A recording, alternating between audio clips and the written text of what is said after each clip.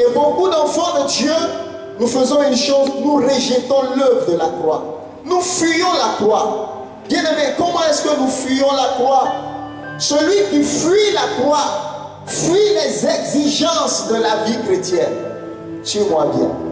Celui qui fuit la croix, fuit les exigences de la vie chrétienne. Lorsque Jésus est arrivé sur la terre, il avait une mission à accomplir. Et cette mission, il la savait. Il savait que l'accomplissement de la mission était pour lui qu'il soit crucifié. L'accomplissement de sa mission n'était pas les signes et les miracles seulement. Les signes et les miracles participaient à l'accomplissement de la mission, mais il n'était pas la mission, le but lui-même. Le but était la rédemption de l'humanité. Et cette rédemption ne pouvait intervenir, avoir lieu que seulement par l'expérience de la croix. Bien-aimé, Dieu a utilisé la croix comme un instrument pour nous sauver. Dieu a utilisé la croix comme un instrument pour sauver l'humanité. Et voici nous, chrétiens, ce que nous faisons. Nous devenons chrétiens et nous voulons enlever l'instrument principal que Dieu a utilisé pour notre salut de la vie chrétienne. Nous devenons chrétiens et tout de suite ce qui nous intéresse, c'est les bénédictions, mais nous enlevons ce qui fait la racine de la bénédiction. Bien-aimés, je vais vous dire une chose. La croix est la porte d'entrée dans la vie chrétienne. Je vais te poser une question. Est-ce que ta vie chrétienne a réellement commencé? La croix est la porte d'entrée dans la vie chrétienne. Si tu n'as jamais expérimenté la croix, tu n'as même pas encore commencé la vie chrétienne. La croix est le commencement de la vie nouvelle en Jésus-Christ. Tu ne peux dire que tu es chrétien si tu n'as jamais fait l'expérience de la croix. Tu ne peux dire que tu es chrétien si tu n'as jamais fait l'expérience de la croix. L'expérience de la croix. Vous savez une chose, celui qui fait l'expérience de la croix rencontre ce que Jésus-Christ a dit. Il a dit une chose, que si quelqu'un veut venir après moi, qu'il renonce à lui-même et qu'il se charge de sa croix. Lorsque tu fais l'expérience de la croix, tu expérimentes le renoncement. Le renoncement. À quoi est-ce que tu as renoncé quand tu es devenu chrétien? Sonde bien ta vie. Si tu n'as rien renoncé, si ta vie chrétienne n'a rien renoncé, n'a connu aucun renoncement aux choses du monde, tu n'as jamais expérimenté la croix. Vous qui êtes devenus chrétiens et qui avez gardé toutes vos habitudes du monde, permettez-moi de vous dire que vous n'avez jamais expérimenté la vie chrétienne. La vie chrétienne commence par la croix. La vie chrétienne qui n'a jamais connu la croix n'est pas une vie chrétienne. C'est un leurre. Et vous savez une chose, vous n'hériterez jamais le royaume des cieux sans passer par la croix. La porte d'entrée à l'église n'est pas le grand portail.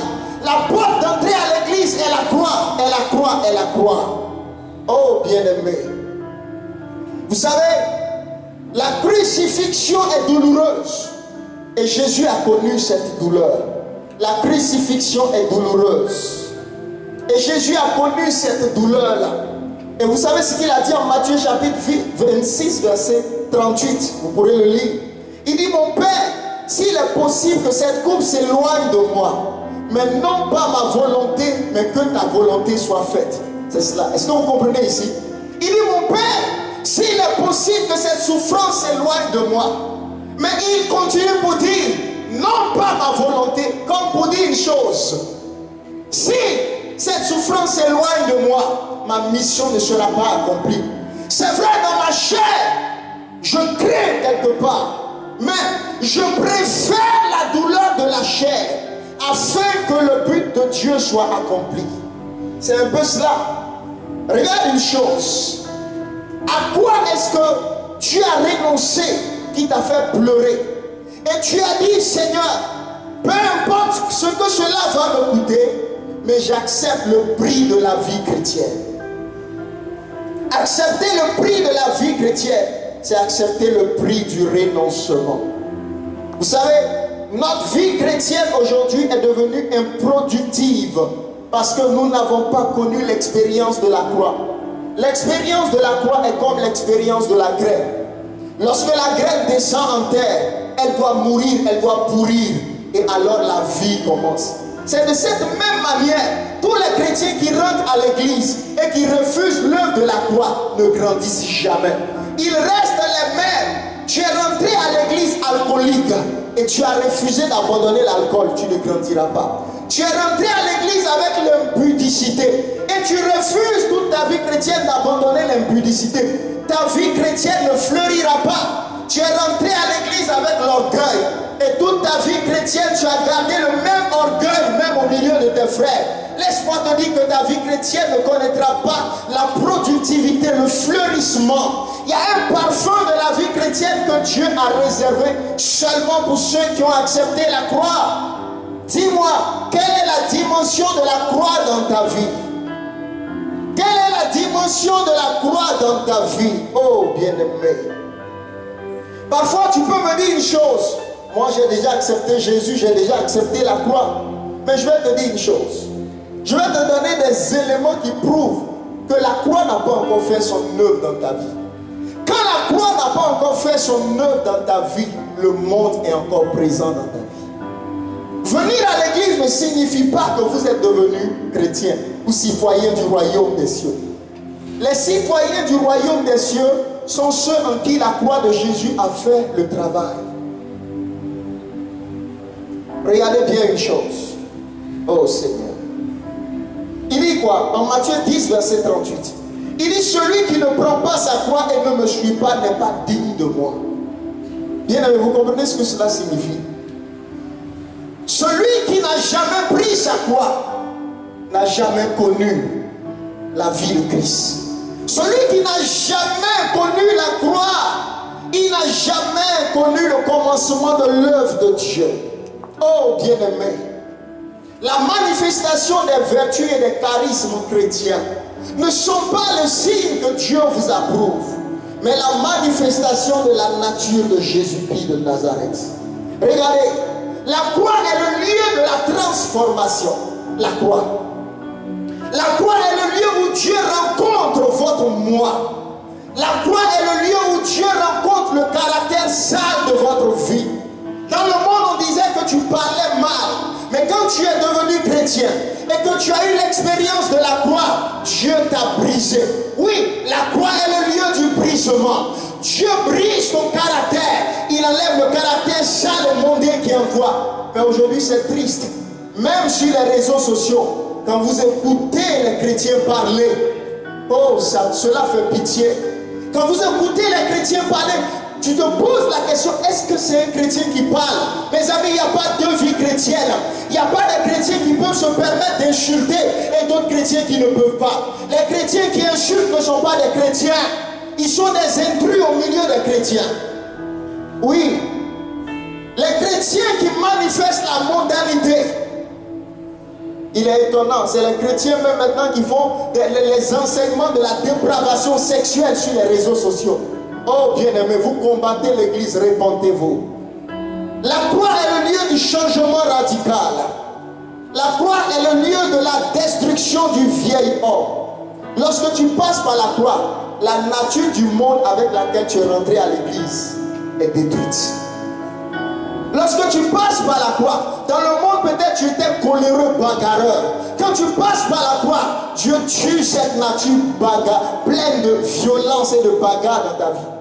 Dans le monde, tu étais le champion dans le fait de chercher femme, comme on le dit. Champion coureur de jupons. Mais quand tu es rentré à l'église et que tu es réellement passé par la croix, toutes ces choses-là, tu les abandonnes, tu les regardes comme de la boue. Ceux qui n'ont pas encore connu la croix, regardez, je vais vous donner un signe. Quand vous n'avez pas encore connu la croix, l'amour du monde est présent en vous et dominant en vous. Quand vous n'avez pas encore connu la croix, la vie chrétienne devient un fardeau. Vous avez l'impression que c'est quelque chose d'impossible pour vous. Quand vous n'avez pas encore connu la croix, quand on vous dit abandonne la musique du monde, vous avez l'impression que c'est impossible pour vous. Oui, la vie chrétienne qui refuse la crucifixion est difficile. elle est instable et vacillante. La croix est un passage unique.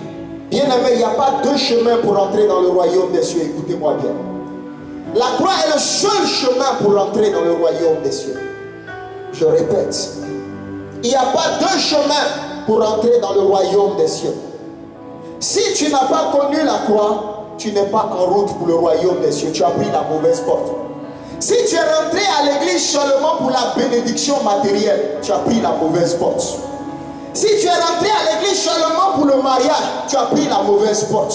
Tu n'es pas en train d'aller pour le royaume des cieux. Si tu es rentré à l'église seulement pour un voyage, tu as pris la mauvaise porte. Si tu es rentré à l'église seulement pour les choses matérielles, tu as pris la mauvaise porte. Lorsque tu viens à l'église, pense à ton âme, à ton âme, à ton âme. Ton âme est plus importante que ton corps. Ton âme, pense à ton âme. Et seuls ceux qui ont connu l'œuvre de la croix connaîtront aussi le salut et la rédemption de leur âme. Toute personne qui quitte le monde doit absolument passer par la croix. Vous ne pouvez contourner la croix et devenir des chrétiens authentiques. Aujourd'hui, l'église est remplie de faux chrétiens. Pourquoi? Oui, l'église est remplie de faux chrétiens parce qu'ils n'ont jamais connu la croix. Permettez-moi de vous dire une chose. 1000 membres dans une assemblée chrétienne ne signifie pas 1000 chrétiens. 1000 membres sont 1000 personnes dans l'assemblée. Mais dans toute cette assemblée, ceux que Dieu regarde, ceux que Dieu écoute, ceux que Dieu reconnaît, sont ceux en qui la croix a fait un travail. Qu'est-ce que je veux dire? Si dans une assemblée de 1000 membres, il y a seulement 5 personnes qui ont expérimenté la croix, en réalité, cette assemblée ne compte que 5 personnes. Évalue ton ministère. Évalue ton ministère pas par la foule qui te suit, mais par la qualité de la conversion de ceux qui te suivent. Je répète. Évalue ton ministère par la qualité de la conversion de ceux qui te suivent. Et toi aussi qui es chrétien, qui est à l'église, mais qui vit continuellement dans le péché malgré qu'on te prêche la sainteté. Oh, écoute, ne va même plus jeûner et prier pour la prospérité. Pourquoi vous jeûnez et priez pour la prospérité tandis que vous êtes impudique et adultère? À quoi vous sert la prospérité matérielle et aller en enfer? Ton vrai problème, ce n'est pas ce dont tu penses. Ton vrai problème, c'est le péché du sexe qui te fatigue. Jeûnez et priez plus pour les péchés qui vous séparent de la gloire de Dieu. Ah, peut-être beaucoup ne vont pas aimer mon message ce soir. Mais entends ce message. Regarde une chose, tandis que je préparais ce message, que le Saint-Esprit a ouvert mes yeux.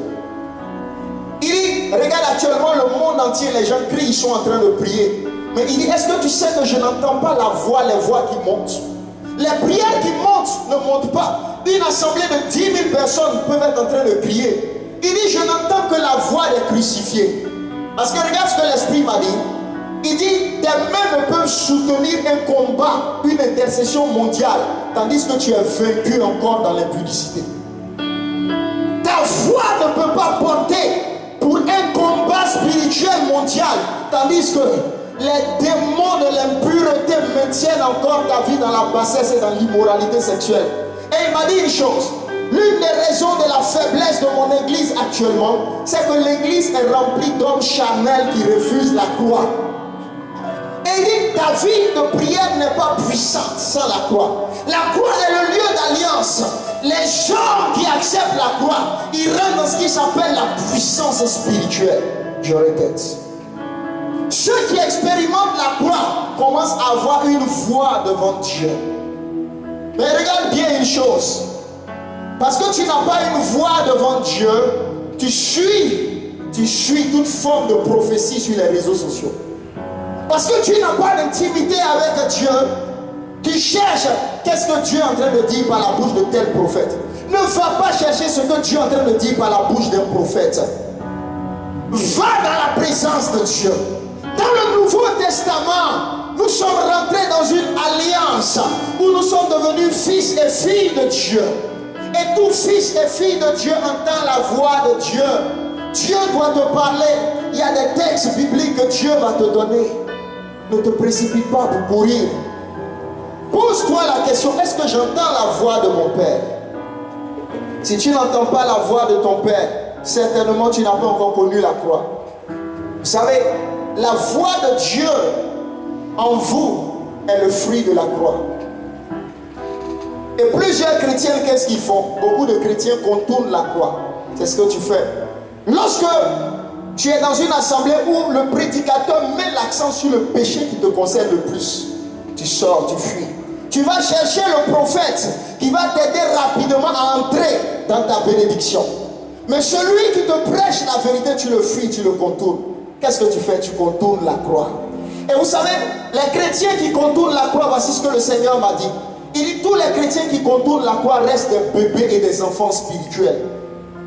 Toute leur vie chrétienne, ils vivent une vie chrétienne qui est dépendante, qui court, mais qui n'avance pas, qui tourne en rond. Plusieurs chrétiens contournent la croix.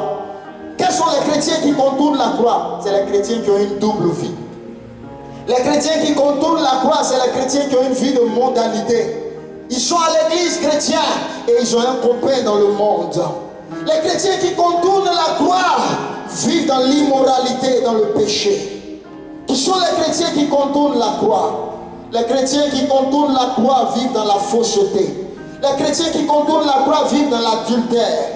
Plusieurs chrétiens contournent la croix et ils n'arrivent jamais à rentrer dans la gloire de la résurrection.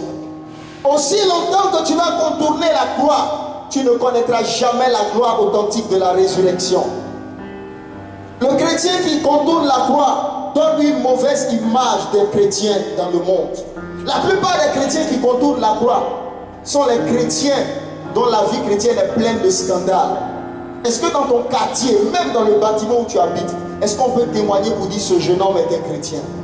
Mais les chrétiens qui contournent la croix, on ne peut dire s'ils sont chrétiens ou ils sont païens, parce qu'ils ont une double vie. Ils ont la vie du monde et ils ont la vie chrétienne.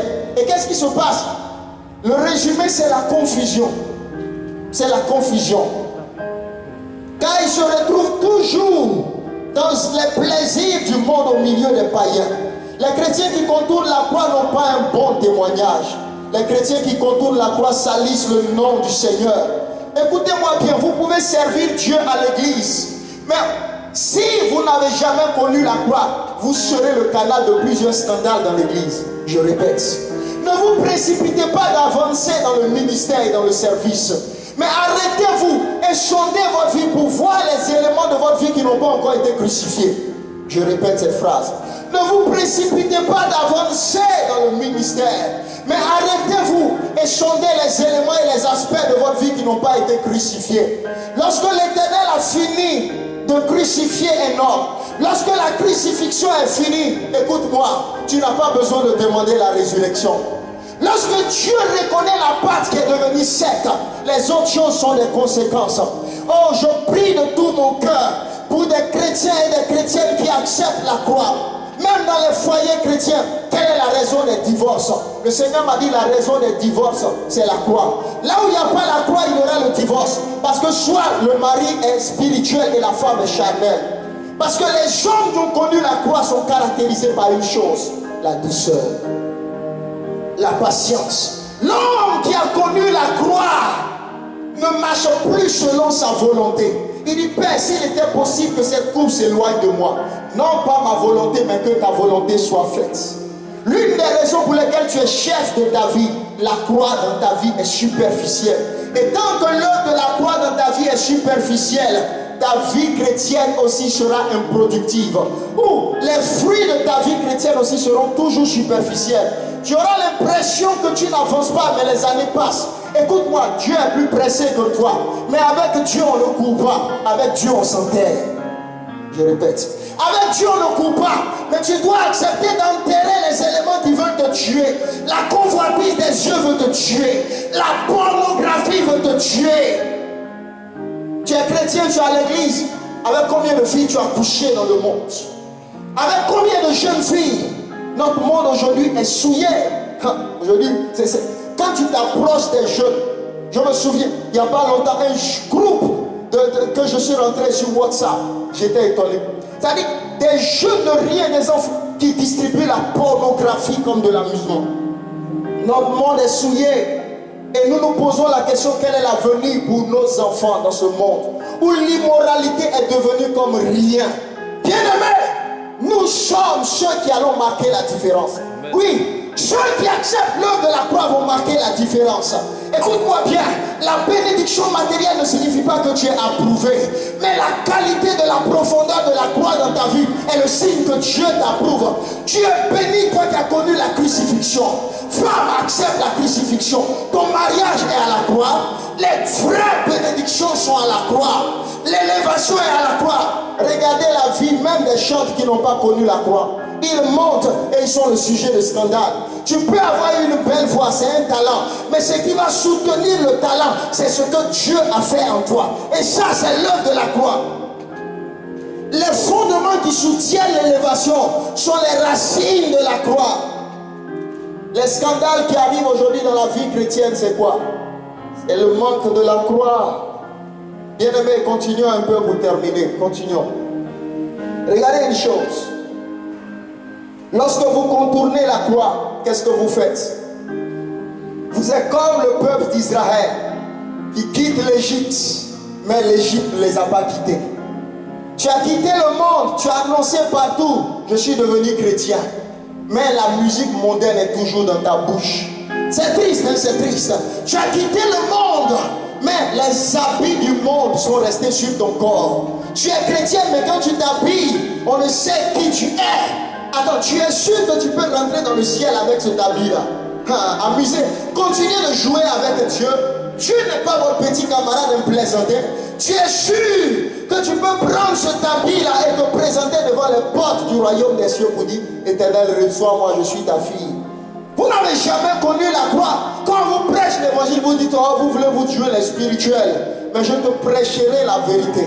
Je te prêcherai la vérité pour ton salut. Regardez ce virus qui est en train de tuer tout le monde. Les gens qui jouent avec vous, que quelqu'un vous sauve,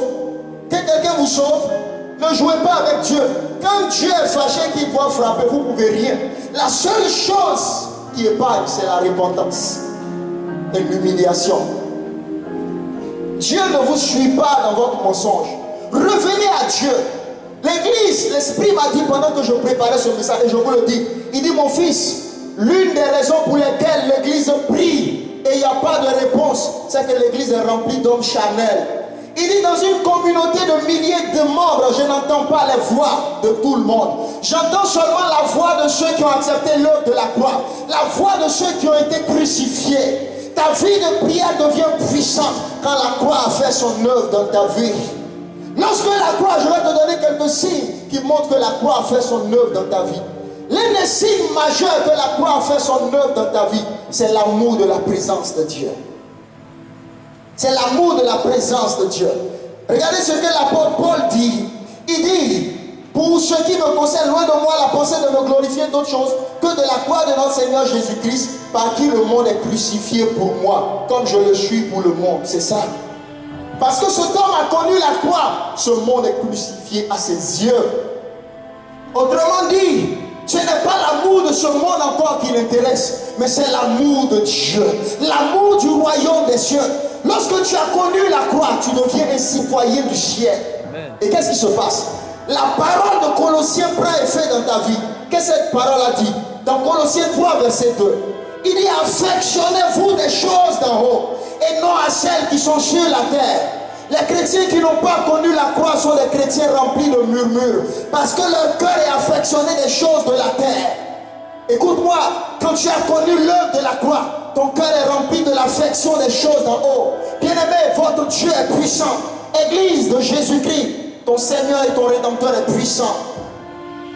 Croyez à la puissance de votre Dieu. Mais le Seigneur dit, tu ne peux connaître la puissance de Dieu aussi longtemps que tu refuses l'œuvre de la croix. Tu ne peux connaître la puissance de Dieu, ma fille, aussi longtemps que le mensonge est toujours dans ta vie. Acceptez la souffrance qui coûte de devenir chrétien. C'est ça l'œuvre de la croix. Acceptez le renoncement dans les larmes et commencez la vie chrétienne. Ça ne signifie rien de dire je suis chrétien, je suis chrétienne et d'être la maîtresse de quelqu'un. Ça ne signifie rien. Ça signifie rien de proclamer je suis chrétien et chrétienne et courtiser tout autour de toi. Être chrétien, c'est une nature. Je te répète ça. Être chrétien, c'est une nature. Et aussi longtemps que tu ne vois pas cette nature dans ta vie, va rechercher la croix. Va pleurer devant le Seigneur pour appeler l'œuvre de la croix. Très peu de chrétiens aujourd'hui sont passés par l'expérience de la croix. Et c'est l'une des raisons pour lesquelles la mondanité est grandissante dans l'église. Et notre église aujourd'hui est pleine de convoitises, de murmures, d'idolâtrie. Et Jésus n'est pas réjoui par la foule, mais il est réjoui par les hommes crucifiés qui sont avec lui. Oh bien-aimé, écoute-moi. Dieu dans son église écoute les hommes et les femmes qui ont connu l'œuvre de la croix. La foule n'a pas la profondeur spirituelle, mais les hommes qui ont connu l'œuvre de la croix ont une profondeur spirituelle. Lorsque tu connais l'œuvre de la croix, je vais te dire ce qui t'arrive. Tu deviens un aveugle, toi qui voyais. Tu deviens un paralytique, toi qui savais marcher. Tu deviens un muet, toi qui savais parler. Suis-moi. Lorsque tu connais l'œuvre de la croix, tu deviens aveugle au monde. Lorsque tu connais l'œuvre de la croix, la crainte de ton lendemain te quitte. Lorsque tu as expérimenté l'œuvre de la croix, tu ne crains pas l'infection du coronavirus. Parce que la parole de l'Éternel a pris racine en toi. Il dit, ne craignez pas ce qui peut tuer le corps, mais qui ne peut rien faire à votre âme. Craignez plutôt celui qui, après avoir détruit le corps, peut faire périr l'âme dans la géhenne. La raison pour laquelle ce monde est agité, a peur, c'est parce qu'ils n'ont pas d'espérance. Mais nous, nous sommes différents parce que nous avons une expérience qui est grande. Notre espérance est dans la personne de Jésus-Christ de Nazareth. Alléluia. Nous avons une espérance qui est grande en Jésus-Christ de Nazareth. Lorsque tu as expérimenté l'œuvre de la croix, tu expérimentes le brisement. La croix est le lieu où tu connais l'obéissance profonde. La croix est le lieu où tu expérimentes la profonde obéissance. La croix est le lieu où Dieu t'apprend sa volonté. La croix est ce qui précède la gloire de la résurrection. Es-tu passé par la croix ou est-ce que tu as contourné la croix? Je te pose la question. Cela fait combien de temps que tu es chrétien? Est-ce que tu es passé par la croix alors que nous entrons dans cette Pâque? Cette Pâque que nous célébrons dans des circonstances particulières pour le monde entier, que nous célébrons dans des temps pas faciles. Oui, mais nous la célébrerons. Car rien ne doit nous empêcher de célébrer la victoire de Jésus-Christ de Nazareth. Lorsque tu expérimentes la croix, ta vie chrétienne prend une autre définition. Avant, quand tu étais dans le monde, tu trouvais ta joie soit en boîte de nuit ou dans les maquis. Mais quand tu expérimentes l'œuvre de la croix, le monde devient crucifié pour toi. Tu ne trouves plus la joie dans les choses du monde. Mais maintenant, tu trouves ta joie dans les choses de l'Éternel. C'est comme cela que tu deviens un homme affectionné des choses d'en haut. Alléluia. Appelle l'œuvre de la croix dans ta vie. Toi qui réalises que la croix n'a pas encore fait son œuvre dans ta vie, appelle l'œuvre de la croix dans ta vie. Ton pasteur ne te voit pas. Personne ne connaît ton cœur. Même regarde cette année 2020 dans laquelle on est. Tu as déjà commencé à pécher. Regarde bien. Chante ta vie et dis, Seigneur, j'appelle l'œuvre de la croix dans ma vie. Tu sais, quand l'œuvre de la croix n'est pas dans ta vie, je vais te donner un signe. Ta vie chrétienne n'a pas de paix, de stabilité, de joie. À tout moment, comme si tu es agité, rempli de crainte et de peur et d'instabilité. Accepte l'œuvre de la croix. Accepte l'œuvre de la croix. La croix est la puissance de la délivrance. Lorsque la croix fait son œuvre dans ta vie, il y a des délivrances que tu ne vas pas demander. Parce que le diable ne peut pas continuer à habiter dans un corps qui a connu la crucifixion. Non. Parce que le corps qui a connu la crucifixion est ce corps véritablement qui est le temple du Saint-Esprit. Seuls les corps qui ont connu la crucifixion sont les temples de l'Esprit de Dieu. Parce que la Bible dit, il a plu à l'Éternel de faire habiter en lui toute la plénitude de la divinité. Mais les corps qui n'ont pas connu la crucifixion ne sont pas véritablement les temples de l'Éternel. Écoute-moi bien. Tant que tu n'as pas encore connu la croix, tu ne peux connaître la puissance de la vie de prière. Tant que tu n'as pas encore connu la croix, tes mains ne peuvent soutenir une intercession mondiale pour la délivrance du monde d'une épidémie. Parce que la Bible dit que les hommes lèvent des mains pures vers l'Éternel. Tu veux soutenir un combat mondial, tandis que tu es vaincu toi-même par tes propres péchés. Arrêtons et revenons à notre Créateur. Dieu n'entend pas notre voix, mais il entend la croix en nous. Dieu n'entend pas notre bouche, mais il entend la croix en nous. À la croix, Dieu entendait la voix de son Fils. Écoute-moi bien. Dieu entend la voix de Jésus-Christ en toi. Et la voix de Jésus-Christ en toi est proportionnelle à l'œuvre de la croix en toi. Je vais reprendre cette partie. Dieu entend la voix de son Fils en toi. Souvenez-vous lorsqu'il devait prier pour Lazare. Il dit, Père, je savais que tu m'exauces toujours. Mais je parlais non pas à cause de moi, mais à cause de cette foule. Et il a ordonné et le mort est sorti. Écoute-moi bien. Ta voix n'est pas celle que Dieu entend.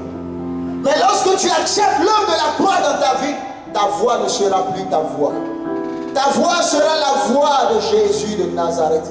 Et lorsque tu crieras et tu appelleras, Dieu répondra parce que ce n'est plus toi qui parles, mais c'est Christ qui parle. Dans le livre de Galates, il dit, j'ai été crucifié avec Christ, en Galates chapitre 2, verset 20. Et si je vis, ce n'est plus moi qui vis, c'est Christ qui vit en moi.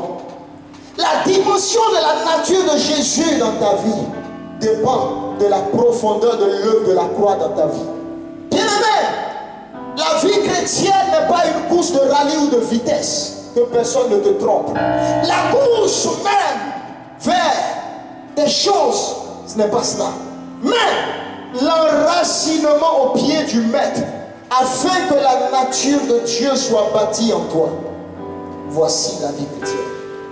Et la vie chrétienne nécessite une profonde patience. Accepte la patience douloureuse même dans les larmes. Accepte. Dis-moi, qu'est-ce que Jésus dira de toi? Qu'est-ce que Jésus dira de toi quand il te verra? Dis-moi, quel aura été le caractère dominant de ta vie? Quel aura été le caractère dominant de ta vie? Dis-le-moi. Tu m'entends? Parce que le caractère dominant de ta vie, c'est par cela que le ciel va t'appeler. Quand il te verra, est-ce qu'il te dira, mon fils, bon et fidèle serviteur, entre dans la joie de ton maître. J'ai vu tes combats, mais tu as triomphé. Souvenez-vous de ce qu'il dit dans l'Apocalypse à celui qui vaincra. Ça signifie qu'il y a un combat. Mais dis-moi, de 2019 à 2020, quelles sont les batailles que tu as rencontrées et quelles sont les victoires que tu as rencontrées? Combien de fois n'as-tu pas fléchi les genoux devant l'impudicité? Combien de fois n'as-tu pas fléchi les genoux devant le mensonge, le vol, la double vie? Et vous savez une chose que vous faites, vous voyez des temps comme ceci, les païens même viennent vous demander c'est quoi? Tu n'as pas de réponse. Pourquoi? Parce que Dieu même ne te dit rien. Pendant cette situation, tu peux me donner un seul texte que Dieu t'a donné. C'est-à-dire que vous donnez des prophéties au hasard. Dieu ne vous a rien dit. Vous dites ça va finir le 5, ça va finir le 10, le 12. Arrêtez cette plaisanterie-là. Chacun dit les choses comme cela. Entre dans le secret de Dieu. L'homme à qui Dieu a parlé ne parle pas. Oui. Et tu te lèves le matin, pressé. Dieu vient de me montrer quelque chose. Dieu ne t'a rien montré. Dieu ne t'a rien montré. Calmez-vous. Allez chercher la face de Dieu. Je vais te dire pourquoi Dieu ne t'a rien montré. Parce que ce qui te motive, c'est que tu veux montrer aux gens que Dieu te parle. Dieu ne t'a pas parlé. L'homme à qui Dieu a parlé dit je n'irai pas parler. Et c'est des jours et des jours que l'Éternel dit va y parler. Bien-aimés, nous sommes loin de Dieu. Tous nous courons, nous sommes à gauche. Et regardez une chose. Pendant que je préparais ce moment que l'Esprit imprimait dans mon cœur, il disait mais où est mon église? Où est mon église? Il dit ils ne connaissent pas l'église. L'église est remplie des hommes crucifiés. Les hommes crucifiés ont un parfum. Ils ont le parfum de la sainteté de Dieu. Les hommes crucifiés ont un parfum.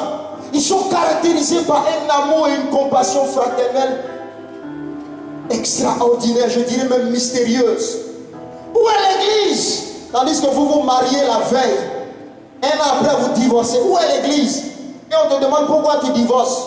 Tu dis elle ne m'attire plus. Écoute, tu n'as pas encore connu la croix. Tu n'as pas encore connu la croix. Et voici pourquoi tu es la raison de scandale. Avant même de te marier, prie bien pour la croix. Parce que si tu n'as pas encore connu la croix, quelque temps après ton mariage, tu vas dire, oh, ce n'est plus mon épouse, je ne sens plus rien pour elle. Quand vous n'avez pas encore connu la croix, vous n'avez pas encore la puissance du contentement. La puissance du contentement. Oh, la qualité d'une vie chrétienne que Dieu approuve. Permettez-moi de vous parler un peu avant de terminer. Église de Jésus-Christ de Nazareth. Revenons au Maître. Notre Maître est puissant, mais le monde nous regarde aujourd'hui comme faibles. L'église est profanée comme rien, méprisée, désacralisée. Pourquoi? Parce que nous n'avons plus d'authenticité. Nous n'avons plus d'authenticité parce que notre authenticité est dans la profondeur de l'œuvre de la croix en nous. Dis-moi ce à quoi tu as renoncé. Qui un jour t'a vu et qui dit ta vie me marque. Dis-moi ce à quoi tu as renoncé. Quand tu passes des heures à suivre des matchs de football. Oui, aujourd'hui, allez-y, regardez vos matchs de football. La dernière fois, je regardais les stades en Europe. Les stades sont bourrés, paquets. Mais les temples sont vides, les églises sont vides. Dieu est en train de vous donner un message. Vous avez rempli les stades. Le football est devenu un démon pour vous. Oui, le football est devenu une idole pour vous. Certains chrétiens connaissent tous les grands footballeurs, mais ils ne connaissent rien des choses de Dieu. Rien des choses de Dieu. Tu es devenu maître dans tous les stades de football. Mais tu es bébé toujours dans la foi. À cette période de ta vie chrétienne, dis-moi combien d'âmes tu as amené à Jésus. À cette période de ta vie chrétienne, dis-moi combien de personnes tu as encadrées, tu as amené à maturité. Tu es encore en train de courir de prophète en prophète. Et oui, le diable t'amènera toujours des faux prophètes pour te séduire, pour chercher à te donner ton extrait de naissance et ton numéro. Oui, c'est ça. Parce que, oui, tu as été séduit par les choses qui sont plus essentielles. Et ta vie chrétienne est réduite maintenant à ce qui n'a plus de valeur parce que tu ne connais pas ton maître. Oui. Lorsque tu refuses la croix, qu'est-ce qui se passe? Tu deviens maintenant la proie des faux prophètes. Parce que aussi longtemps que tu refuses la croix, tu resteras un bébé spirituel. Et qu'est-ce qui se passe? N'importe qui pourra venir te dire toutes sortes de prophéties et tu vas le suivre. Pourquoi? Parce que tu n'as jamais connu une relation avec Dieu. Car la relation avec Dieu commence par la croix. Toi qui m'écoutes, Dieu est plus près pour toi que toi-même. Et Dieu veut faire plus pour toi que ce que tu ne penses. Mais écoute-moi bien, accepte l'œuvre de la croix. Quand tu acceptes l'œuvre de la croix, ne demande pas l'élévation. C'est comme la graine qu'on plante. Elle n'a pas à demander l'élévation. Qu'elle reste en terre. Restez fixé dans la parole de Dieu. Restez fixé dans la parole de Dieu. Et vous verrez. Vous produirez dans votre saison. Dieu m'a dit une chose. J'ai entendu cette voix. Je l'ai entendu. Tu peux croire comme moi. Mais j'ai entendu cette voix. Il m'a dit, mon fils, ne cours pas. On ne court pas pour faire mon œuvre. Il m'a dit, l'homme qui court n'arrive pas. L'homme qui court n'arrive pas. Beaucoup sont en train de courir pour aller en enfer. Beaucoup sont en train de courir. Et il dit, l'une des raisons pour lesquelles ces fléaux et ces scandales arrivent, c'est que mon église est séduite. Il dit, personne n'enseigne la sainteté. Ils n'enseignent plus la sainteté. Ils enseignent à l'église ce que les gens veulent entendre. C'est ce que l'apôtre Paul disait. Il dit, dans les derniers temps, ils auront la démangeaison d'entendre des choses agréables. Et ils vont se créer une foule de prédicateurs. Je suis les messages aujourd'hui. Ce ne sont que des messages de motivation, d'encouragement. Ça, on le fait en management, dans toutes sortes d'études. Mais ce n'est pas l'évangile. L'évangile, c'est la croix. Il dit, rien pour moi de me réjouir d'une autre chose que de la croix de Jésus. Rien d'autre que de la croix de Jésus. Les messages de motivation, d'encouragement, de développement, tout ceci est bien. Mais celui qui n'aura pas connu la croix, même avec un doctorat, il restera en enfer. Vous m'entendez? Celui qui n'a pas connu la croix, même avec toutes les stratégies de productivité économique, il ira en enfer. La croix est le lieu, la rencontre entre Dieu et l'homme pour dire viens. La croix est le lieu de la réconciliation. Tu crées une ambiguïté, une confusion dans la vie des gens autour de toi. Pourquoi? Parfois on voit le caractère païen en toi, parfois on voit Christ. Et toi-même tu es confus et les gens sont confus pour dire mais qu'est-ce qui se passe sa vie? Écoute, accepte de mourir. Accepte de mourir pas à moitié. Et celui qui accepte la mort et la crucifixion totale connaîtra aussi la gloire de la résurrection. Que le Seigneur vous bénisse. Nous continuerons demain. Je veux vous encourager à participer encore demain. Et je veux vous encourager à partager cette vidéo. Partagez la vidéo pour que d'autres personnes aussi l'écoutent. Et le Seigneur vous bénira. Je veux prier pour toi là où tu es. Je veux prier pour toi. Mets la main sur ton cœur. Et là où tu es, je veux que tu parles au Seigneur. Et dis Seigneur, j'accepte l'œuvre de la croix. Parce que je sais qu'il n'y a pas de résurrection sans la croix. Tu sais, le trouble qui est rentré dans ton foyer aujourd'hui, c'est là que la source est revenue. Tu as refusé la croix et la débauche est rentrée dans ton foyer et ton foyer est devenu instable. Ta vie est devenue instable aujourd'hui. Toi qui entendais la voix de Dieu, Dieu ne te parle plus. Vous savez, la chair veut t'humilier. La chair t'humiliera un jour si tu refuses les racines de la croix. L'élévation viendra. Mais celui qui a refusé l'œuvre de la croix sera humilié dans la gloire. Que cela ne soit pas ton cas au nom de Jésus. Et là où tu es, mets la main sur ton cœur. Dis Jésus, fais une œuvre profonde dans ma vie. Seigneur, je prie pour ton peuple, pour tes enfants qui nous suivent. Et Seigneur, tous ceux qui vont suivre ce message après, des années après. Seigneur, que la puissance de l'œuvre de la croix se fasse dans leur vie. Fais en nous l'œuvre de la croix. Sonde nos vies et purifie-nous, Seigneur. Rencontre la vie de cet homme et de cette femme. Il dit, jeune femme, apprends à parler à ton mari. Tu parles à ton mari avec dureté. L'œuvre de la croix dans la vie d'une femme doit susciter dans sa vie une profonde douceur. L'œuvre de la croix dans la vie d'une femme doit faire d'elle une femme pleine de douceur et d'humilité. Oh Jésus. Seigneur, merci pour la puissance de l'œuvre de la croix dans la vie de tes enfants. Seigneur, là où ils sont, Éternel, que ta grâce et ta paix et ta bénédiction viennent dans leur vie. Mets la main sur ton cœur et dis avec moi dans le nom de Jésus-Christ de Nazareth. J'appelle la grâce de Dieu dans ma vie. Et Seigneur, en ton nom ce soir, je proclame un temps nouveau dans ma vie. Que la vie nouvelle de Jésus-Christ commence dans ma vie. Je renonce au monde. Et désormais pour moi, ce monde est crucifié à mes yeux. Les choses et les attirances de ce monde ne domineront plus ma vie. Mais la victoire de Jésus-Christ sera mon partage. Que l'Éternel te bénisse. Nous serons à demain à 19h. Connectez-vous et invitez vos amis. Au nom de Jésus. Amen. Amen.